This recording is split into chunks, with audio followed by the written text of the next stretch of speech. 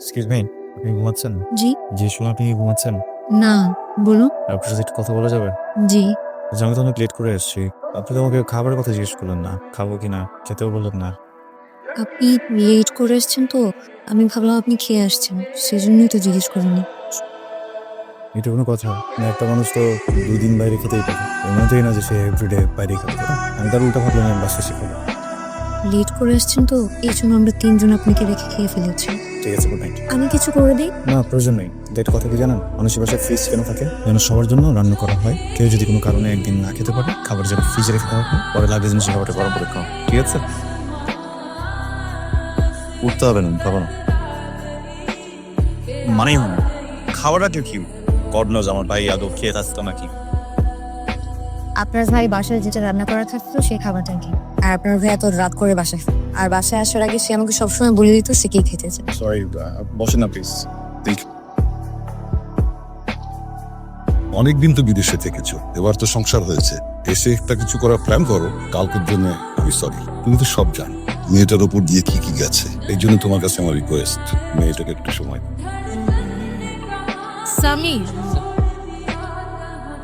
আমি তোমাকে সারপ্রাইজ দিতে চাইছিলাম, তুমি উল্টা আমাকে সারপ্রাইজ দিয়ে দিলা। আর তুমি যে আমাকে নিয়ে তো প্ল্যান করছো, এটাই আমি অনেক সারপ্রাইজ। এটা নাও, অনেক খুশি আমি। আজকে তো তোমার বার্থডে ছিল, আমি সারপ্রাইজ প্ল্যান করেছিলাম। তারপর আজকে তোমার বার্থডে। আরে বার্থডে আমার অনেক আসবে, সারপ্রাইজ অনেক দিতে পারবা। কিন্তু সমস্যা হয়ে গেছে। সমস্যা হচ্ছে যে তুমি আর আমি একটা রিলেশনশিপে গেছি, তাই না? কিন্তু এটা তো কেউ জানে না। অ্যাটলিস্ট তোমার আর আমার ফ্রেন্ডরা তো জানতে পারে। আমি নজর জিনিসটা অনেক বিশ্বাস করি। তুমি জানো আমি চাই না তোমার আমার সম্পর্কে কারো নজর লাগ। তুমি দেখো আমার বাবা আর মার কত সুন্দর একটা সম্পর্ক ছিল, কার না কার নজর লেগে এত সুন্দর সম্পর্কটা আজকে আলাদা হয়ে গেল। তোর বাপ মায়ের সাহায্যে কি নজর লাগার জন্য হয়েছিল? আগে তোর বাপ তোর মাকে চিট করছিল বলতো? আয়ান, তুমি এখানে? আমি এখানে এটা পরে বলতেছি, যেটা জিজ্ঞেস করছি এটা উত্তর।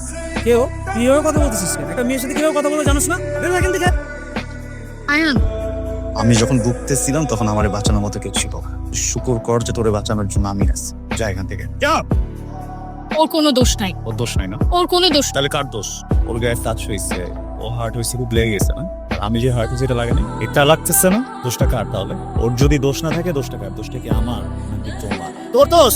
আয়ান দেখো, দোষটা কারো না, দোষটা তোমার আমার সিচুয়েশনে। তুমি নিজেকে আমার জায়গায় দাঁড় করায় দেখো। এখন যদি তুমি তোমার ওয়াইফকে ডিভোর্স দিয়েও আমার কাছে চলে আসো, আমি তারপরও তোমার সাথে যাব না, কারণ আমার সেই বিশ্বাসটা তোমার উপর থেকে চলে গেছে। এটা সম্ভব না, ইটস ওভার।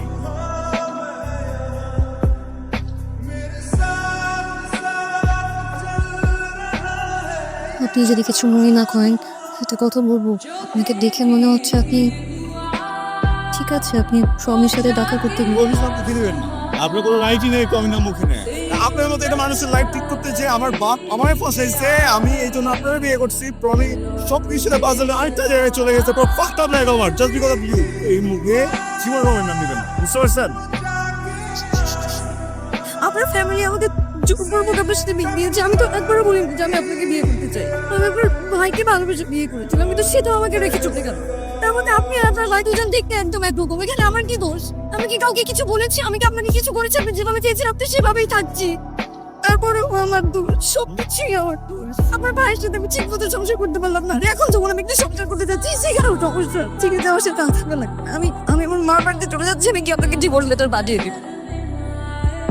সরি, রিয়েক্ট চাইনি। সরি আশা, ইউটিউব দাম তো আর আজ আমি তো